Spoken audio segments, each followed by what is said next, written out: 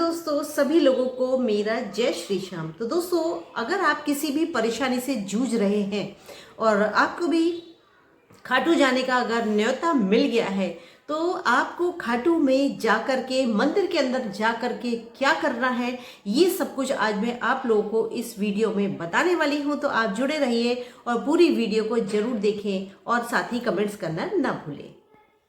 तो दोस्तों जब आप खाटू जाएं, और क्योंकि बहुत से लोग कहते हैं इत्र चढ़ाओ, इत्र की अर्जी लगाओ तो आपका काम बहुत जल्दी पूरा होता है, नारियल की अर्जी लगाओ, निशान यात्रा चढ़ाओ कराओ, सवा मन का प्रसाद का भोग लगाओ, चूरमा अपने घर से बना करके लेके जाओ, आप अपने जो है पानी वाले नारियल की अर्जी लगाओ, चावल की अर्जी लगाओ, रुमाल में गांठ वाली अर्जी लगाओ। तो दोस्तों अर्जी है क्या? अर्जी के पीछे भी तो एक भाव ही है ना, क्योंकि बाबा को ना पढ़ना नहीं आता है। आप जो भी अर्जी लिख के वहाँ चढ़ा करके आते हो, पानी वाले नारियल के साथ जो अर्जी आप लगा करके आते हो ना, तो दोस्तों उस अर्जी को लिखने के लिए, उस अर्जी नारियल वाली अर्जी को वहाँ पर चढ़ाने के पीछे भी ना आपका भाव जुड़ा हुआ है। क्योंकि अगर आपके अंदर भाव है तो आपकी नारियल वाली अर्जी जरूर पूरी होगी, और अगर आपके अंदर भाव नहीं है ना तो आप श्याम बाबा से कितनी बार मिले आओ, आपका वो काम नहीं पूरा होगा। तो यहाँ पर जो खेल है वो है आपके भाव का, आप किस भाव से आप जा रहे हैं। आपके जुबान पे तो यही है, बाबा मेरा ये काम बना देना, बाबा मेरा ये काम बना देना, और आपके मन के अंदर, आपके दिल के अंदर ये चल रहा है कि नहीं मेरा तो ये काम होगा ही नहीं, मैं तो बेकार ही आया हूँ, मेरा तो ये काम होगा ही नहीं। क्योंकि आपने उस भीड़ को देखते हुए श्याम नाम की माला तो जपनी शुरू कर दी, लेकिन आपके मन के अंदर तो सिर्फ एक नकारात्मकता ही भरी हुई है कि हमारा ये काम पूरा नहीं होगा। तो दोस्तों जाकी रही भावना जैसी, तो इसलिए आप जिस भाव से वहां जाओगे ना उसी भाव से आपका काम होगा, और जिस भाव से आप वहां नहीं जाओगे तो आपका काम भी नहीं होने वाला है। तो आप वो किसी भी तरीके का काम हो वो आपका नहीं होने वाला है। तो दोस्तों बात है यहाँ पर भाव की बात है। आप मंदिर के अंदर गए कुछ मत लीजिए, ना गुलाब का फूल लो, ना इत्र लो, ना अर्जी लो, ना नारियल का पानी लो, ना रुमाल लो, कुछ भी मत लो। आप खाली हाथ जाओ, सिर्फ खाली हाथ जाओ, मन में विश्वास रख के जाओ कि हमको बाबा को अपना बनाना है, हमें कुछ नहीं मांगना, हमको कोई चीज़ नहीं चढ़ानी, हम तो सिर्फ और सिर्फ आज बाबा को अपना बनाने आए हैं, या ये कहिए हम बाबा के होने आए हैं। बस इतना ही भाव आपको मन के अंदर लेकर के जाना है। जिस समय आपकी बाबा की आंखों से आपकी आंखें बिल्कुल रूबरू हो जाएं और आपके आंखों में अगर एक आंसू की बूंद भी झलक आए तो समझ लेना बाबा आपके हो गए। क्योंकि दोस्तों वो शीश जो है ना, वो पत्थर का शीश समझने की गलती मत करना। उस शीश के अंदर प्राण है जो आपकी बात को सुनते हैं, आपके भाव को पढ़ते हैं। उनको वहाँ कागज की लिखी हुई अर्जी पढ़नी नहीं आती है, उनको सिर्फ आंखों के भाव पढ़ने आते हैं, जो आपके आंखों से छलकते हैं, जो आपके आंसू के रूप में छलकते हैं बाबा के मंदिर के अंदर जाकर के। दोस्तों बस वो आपने अगर एक आंसू आपकी आंख से झलक गया तो बाबा तो आपके हमेशा के लिए हो गए।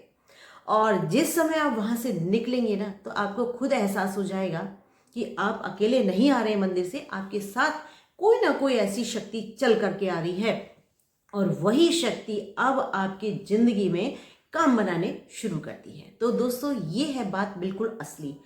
दूसरी बात दोस्तों, जब अब आप मंदिर के अंदर जा रहे हैं तो पहली बात तो यही हुई कि आपके भाव अगर हैं तो आपके बाबा होने ही होने हैं।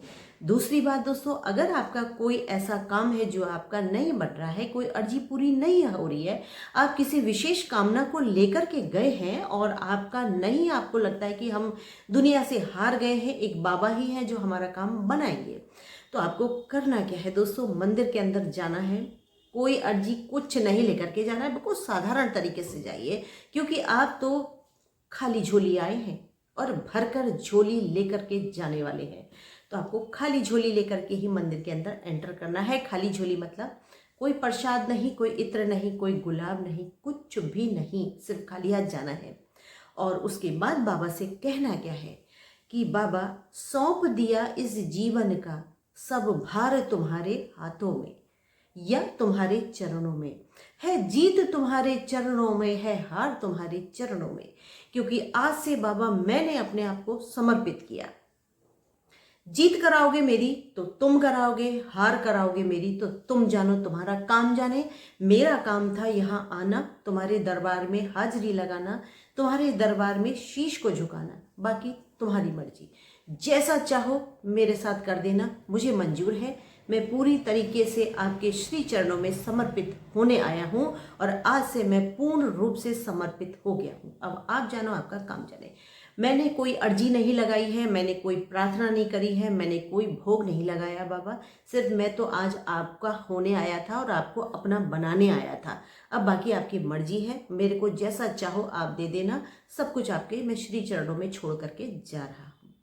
दूसरी बात दोस्तों, अगर आपके घर में कोई बीमार है या असाध्य बीमारी से परेशान है कोई भी, तो दोस्तों आपको करना क्या है, आपको उस व्यक्ति की, देखो दोस्तों जब कोई बहुत ज़्यादा बीमार होता है ना, तो वो देखो जाने में असमर्थ ही रहता है। हम कितनी कोशिश कर ले, क्योंकि वहाँ इतनी भीड़ है, इतनी सुविधाएं अभी उस बीमारी के हिसाब से नहीं है। तो दोस्तों उस बीमार की ना आपको करना क्या है, सारी जो डॉक्टर की जो रिपोर्ट्स होती हैं, डॉक्टर का पर्चा होता है ना, सब उठा लेना अपने घर से, और अपने उस मरीज की जन्म पत्री भी उठा लेना, सब कुछ उठाना और बाबा के श्री चरणों में छोड़ के आ जाना। अगर आपको लगता है कि आप दूसरी, तीसरी, चौथी लाइन में लग रहे हैं, पहली लाइन में लग रहे हैं, आप वो काम नहीं कर सकते, तो दोस्तों आपने जो भी सामान आपने उठाया है ना, एक थैलिया में कर लीजिए। उसमें सारी डॉक्टर के पर्चे, दवाइयों के पर्चे, जन्म पत्री, कर्म पत्री, सब कुछ एक थैलिया में भरिए और भरने के बाद ले जाना। और कुछ मत चढ़ाना दोस्तों, ना नारियल, ना गुलाब, ना भोग, कुछ भी मत चढ़ाना। बस आप जिस खास काम के लिए जा रहे हो ना, उसी खास काम पे आपको फोकस करना है। अगर आपको मौका लगे वीआईपी लाइन में जाने का, तो दोस्तों उसमें घुस जाना आप और अपने हाथों से बाबा के श्री चरणों में वो वहीं छोड़ करके आ जाना कि बाबा ये मैं सब कुछ यहाँ छोड़कर जा रहा हूँ और अब आपकी मर्जी है, आप मुझे हार दो या जीत दो, तुम्हारे हाथ में है, क्योंकि मैं हर तरफ से हार चुका हूँ। मेरे मतलब जो भी पेशेंट है उसकी अर्जी लगा करके आपको आनी है, या आपकी जो भी कोई परेशानी है उसकी अर्जी आपको लगा करके आनी है। और अगर आपको लगता है आप ये काम नहीं कर पाएंगे, भीड़ बहुत ज़्यादा है, या 11 के दिन आप गए हैं, आपका नंबर नहीं आने वाला है, या वीआईपी लाइन बंद है, या वीआईपी लाइन में जा कर के धक्के खा के वापस आने वाले हो और आपकी ये कामना नहीं हो पाएगी, तो अब आपको करना क्या है दोस्तों, तो वहाँ पर ना सेवादार भी रहते हैं और आपके सिक्योरिटी गार्ड भी रहते हैं, पुलिस भी रहती है। तो जब आप बाबा की शीश के सामने से थोड़ा सा जब आगे के निकल के आ जाए ना, तब वहाँ पर आप किसी भी ऐसे व्यक्ति से जो वहाँ पर सुरक्षा कर्मी जो होते हैं, जो पुलिस कर्मी जो होते हैं ना, उनको आप ये थैलिया दे देना, कहना कि भैया हमारी ये अर्जी है, हम बाबा तक जा नहीं पा रहे हैं, तो आप हमारी ये अर्जी बाबा के श्री चरणों में रख दीजिए। तो दोस्तों वो लोग मान जाते हैं और कर भी देते हैं इस काम को, है ना। और उसके बाद वो आपके सामने ही वहाँ जाके आपके बाबा के श्री चरणों में रख करके आ जाएगा। उसके बाद आपको वहाँ पर वहीं पर खड़े होके, मतलब वहाँ से निकलने के बाद आपको मिल जाता है टाइम, आप चाहे फिर अपनी मनोकामना कहिए, अपनी कोई भी परेशानी कहिए, कुछ भी कहिए, आप वहाँ पर सिर झुका सकते हैं, अपनी मनोकामना को पूरा करने के लिए बाबा से प्रार्थना कर सकते हैं। ये सब काम कर लिया आपने। उसके बाद दोस्तों वहीं पर ना, जहाँ पर आपकी वो लाइन ख़त्म होती है, तो वहीं पर आप उसी पुलिसकर्मी से पूछ लीजिएगा कि भैया हमारे घर में ये बीमार है जिसकी मैंने अर्जी लगवाई है, मुझको शाम जल चाहिए। तो दोस्तों शाम जलना सैटरडे और संडे में नहीं मिलता है, 11 के दिन नहीं मिलता है, तो इस बात का आपको विशेष ध्यान रखना है। इन 3 तिथियों में शाम जल आपको नहीं मिलेगा। तो आप इन तिथियों के अलावा अगर गए हुए हैं तो आप कोशिश करिए, सबसे पहले वहाँ पर केन मिलती है, खाली केन मिलती है, तो वो ले लीजिए आप, क्योंकि अगर आप केन लेने दोबारा जाओगे ना, तो तब तक हो सकता है आपको धक्के लग के आपको वो जगह छोड़नी पड़ जाए। तो आपको वहाँ से खाली केन ले लेनी है, और खाली केन लेने के बाद आप वो पुलिसकर्मी को दे दीजिए कि भैया हमको शाम जल चाहिए, हमको शाम जल दे दो, हमारे घर में ये ऐसे ऐसे कोई बीमार है, हमें उसके लिए लेके जाना है। तो दोस्तों वही पुलिसकर्मी आपकी शाम जल की बोतल को भी भरवा के ला करके दे देगा। आपसे वहाँ मांगने कोई पैसा नहीं मांगेगा, कोई अर्जी लगाने का पैसा नहीं मांगेगा, कोई शाम जल लाने का पैसा कोई नहीं मांगेगा, क्योंकि वहाँ पर सब हारे हुए लोग आते हैं, उन हारे हुए लोगों से कोई क्या ही मांगेगा। और दोस्तों दूसरी बात, जब देने वाले बैठे हैं तो हम उन देने वालों को हम क्या दे सकते हैं, खुद सोच के देखिए, जो हमको करोड़पति बनाने वाले हैं, अरबपति बनाने वाले हैं, हम उनको 11 रुपये, 21 रुपये, 51 रुपये क्या ही भेंट करके आएंगे और हमारा क्या ही हो जाएगा। क्योंकि दोस्तों वहाँ जो बाबा बैठे हैं ना, श्याम सरकार जो बैठे हैं, वो सिर्फ और सिर्फ आपके भाव के भूखे हैं और किसी चीज़ के भूखे नहीं है। आप 56 भोग लगाओ, इत्र चढ़ाओ, फूलों की माला चढ़ाओ, दोस्तों इस बात से उन्हें कोई फर्क नहीं पड़ता। उनको तो ये फर्क पड़ता है कि मुझसे मिलने कौन आया है, मुझको अपना बनाने कौन आया है, मुझे अपने साथ ले जाने के लिए कौन आया है। वो तो इस इंतजार में बैठे रहते हैं। तो दोस्तों मांगना बंद कीजिए और पूर्ण रूप से समर्पित होकर के देखिए, बाबा आपकी हर मनोकामना को पूरा करेंगे, हर अर्जी को पूरा करेंगे, हर प्रार्थना वहाँ पर स्वीकार होगी। तो ये तो हो गई दोस्तों परेशानी की बात, को आपको करना क्या है, अर्जी का तरीका क्या है, क्योंकि अर्जी है भाव का खेल है, बस और कुछ नहीं है। अर्जी आपकी 1 रुपये की भी स्वीकार होगी, अर्जी आपकी भाव की लगनी चाहिए, ना कि ये जबरदस्ती के आडंबर की। कभी आपने सोचा है दोस्तों, जो हम पानी वाला नारियल कपड़े में बांध के, पैसों के साथ, चावल के साथ जो हम खाटू में चढ़ा करके आ रहे हैं, और जिसकी मनोकामना पूरी हो गई है या जिसकी मनोकामना नहीं हुई है, तो वो वहाँ पर नारियल का करते क्या है, आपने कभी सोचा है दोस्तों? वो जब मंदिर रात को बंद हो जाता है, सारे नारियल ट्रक में भरे जाते हैं और ट्रक में भरने के बाद फिर से वो दुकानों पर बिकने के लिए आ जाते हैं। तो ये है आपकी वहाँ की लगाई हुई अर्जी की कहानी।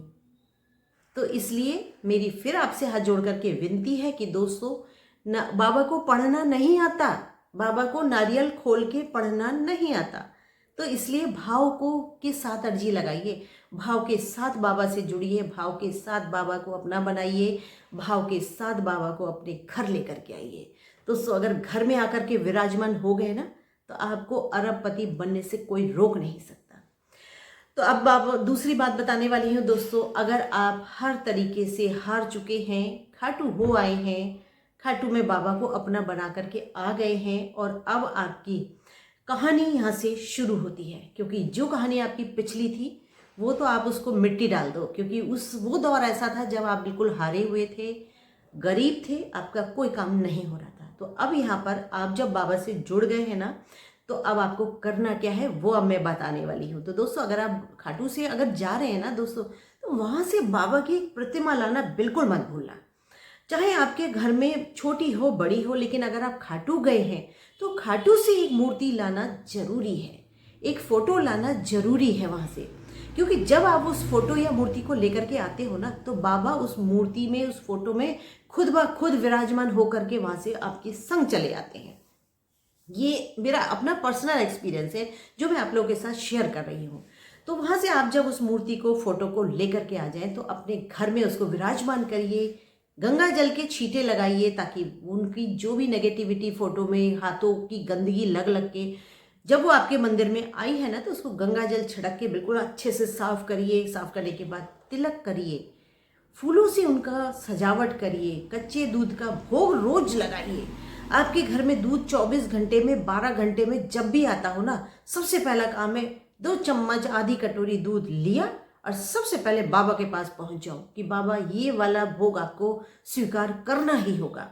फिर देखना दोस्तों आपके घर में कैसे आपके घर के वारे न्यारे होते हैं, कैसे आपके घर में रोजगार चलते हैं, कैसे आपके घर में दिनों दिन तरक्की होनी शुरू हो जाती है सिर्फ थोड़े से कच्चे दूध के भोग लगाने से। तो वो आप कच्चे दूध का भोग तो दोस्तों रोज लगाना शुरू कर दीजिए। और हाँ दोस्तों, उसमें तुलसी पत्र को डालना बिल्कुल मत भूलिएगा। तो तुलसी पत्र के साथ ही उनको भोग लगाइए, और भोग लगाने के बाद फिर वहाँ से आपकी जर्नी जो है ना, अच्छे दिनों की जो जर्नी है वो शुरू होती है। तो दोस्तों जब भी आप बाबा की आरती करें, बाबा की पूजा करें, बाबा को भोग लगाएं, उसके बाद आप कुछ भी कार्य कर रहे हो, कुछ भी, आपके मन मस्तिष्क में ये मंत्र हर समय चलते रहना चाहिए। कानों से सुनाई दे ना दे इस बात का फर्क नहीं पड़ता है दोस्तों। इस जीभ को ना आप उस मंत्र का उच्चारण करने के लिए तैयार कर लीजिए। 1-2 दिन आपको लगेगा कि हम भूल रहे हैं, हमने किया नहीं, हम खाना खा रहे थे, हम किसी से बात कर रहे थे। दोस्तों देखिए, ये तो दिनचर्या है, ये हमारा लाइफ स्टाइल है कि हम बात भी करेंगे, हम आएंगे जाएंगे भी, हम खाना भी खाएंगे, हम रोजगार भी करेंगे, हम जो है पढ़ेंगे भी, पढ़ाएंगे भी, बातें भी करेंगे, सब कुछ करेंगे। लेकिन दोस्तों अगर आपको वारे न्यारे करने हैं ना अपने घर के, अपने लिए भी अपने परिवार के लिए भी, अगर आपको अपने घर में दिन दुगनी रात चौगनी तरक्की चाहिए, बरकत चाहिए, पैसों में खेलना है ना आपको, तो दोस्तों मेरी ये मंत्र जो मैं आपको बताने जा रही हूँ उसको गांठ बांध लो और उसको अपने घर में फ़ोन में भी चलाना शुरू कर दो। और उसके बाद हो सकता है आपको 1-2 दिन में याद ना हो पाए, लेकिन दोस्तों जब आपको इसका प्रैक्टिस हो जाएगी ना तो आपकी जीभ खुद ब खुद चलनी शुरू हो जाएगी, आपके होठ बुदबुदाने शुरू हो जाएंगे ये मंत्रों का उच्चारण करने से, क्योंकि ये एकमात्र ऐसा मंत्र है जो कि आपके घर की गरीबी दूर करेगा, आपके घर की बीमारी दूर करेगा, आपके घर में रोजगार को चलाएगा, आपके घर में नौकरी को बढ़िया करेगा। मतलब कौन सी ऐसी परेशानी बताऊं जो इस मंत्र को जपने के बाद पूरी नहीं हो। ऐसा मैं अपना पर्सनल एक्सपीरियंस शेयर करती हूँ दोस्तों।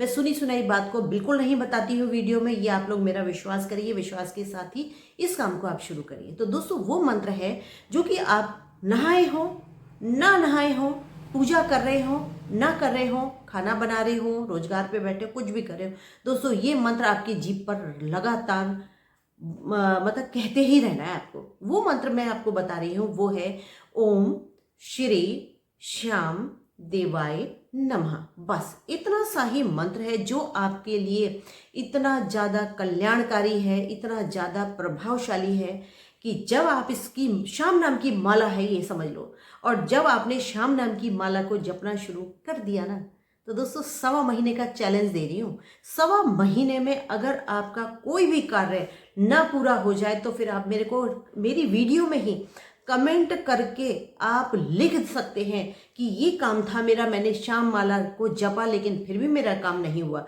तो दोस्तों हो नहीं सकता, ये मैं अपना एक दावे के साथ कह रही हूँ कि ये कार्य आपका ना हो, ऐसा हो नहीं सकता। अगर नहीं हुआ तो या तो फिर आपका भाव कम है, क्योंकि मैं दोस्तों फिर बार बार यही कहूँगी भाव का खेल है। यहाँ पर श्याम नाम की माला हो, श्याम नाम की पूजा हो, श्याम नाम हो, कहीं पर भी आपका भाव काम करेगा। सिर्फ ये नहीं है कि आपने मेरी वीडियो देखी सुनी और उसके बाद आप जो है श्याम नाम की माला जगह श्याम ओम श्री श्याम देवाय नमः ओम श्री, दोस्तों भाव भी तो जरूरी है, क्योंकि भाव का खेल है। हर उस शक्ति को मनाने में आपका भाव का बहुत बड़ा खेल है। तो दोस्तों मेरे तो ये समझ लो आप, मतलब कौन सा काम बताऊं जो मैंने बाबा को सौंपा और बाबा ने ना किया हो, क्योंकि मेरे घर में ना हर महीने कुछ ना कुछ बाबा तरक्की ही दे रहे हैं, पीछे तो नहीं लेके जा रहे। दोस्तों आपको मैं यकीन दिलाती हूँ दोस्तों, मेरे घर में ना नया घर खरीदने की गुंजाइश नहीं थी। गुंजाइश कैसे नहीं थी? क्योंकि पैसे नहीं थे। जब पैसे नहीं थे तो हम दोस्तों कोशिश भी नहीं करते थे कि हम नया घर देखने किस बूते पे जाएं, कि जब जेब में पैसे ही नहीं है दोस्तों तो ना। तो इसलिए दोस्तों जब हमारी जेब में रुपए नहीं होते हैं तब हमारे को कोई भी काम करने में ना कॉन्फिडेंस नहीं आता है और हम ये सोचते हैं कि हम अपनी परेशानी को लेके जाएं कहाँ। तो दोस्तों ये जो मैंने श्याम नाम की माला आप लोगों को बताई है ना, इसको आप भाव के साथ रोजाना अपने जब भी कभी वक्त मिले, जब भी आप खाली हो, आप इस माला को जपना शुरू कर दीजिए। और अगर आपके पास आप मान लीजिए वर्किंग है, ऑफिस जाते हैं, नहीं हो पाता है, तो दोस्तों सुबह में, शाम में, रात को सोने से पहले कभी भी दोस्तों 11 बार, 21 बार, 51 बार, 108 बार आप इस श्याम नाम को जप कर जरूर अपनी मनोकामना को बोलिए और फिर देखिए चमत्कार कैसे आपकी जिंदगी में भी होते हैं। तो दोस्तों ऐसी ही आपकी परेशानियों का हल लाती रहूंगी। अगली वीडियो में मैं फिर मिलूंगी, तब तक के लिए सभी लोगों को मेरा जय श्री श्याम।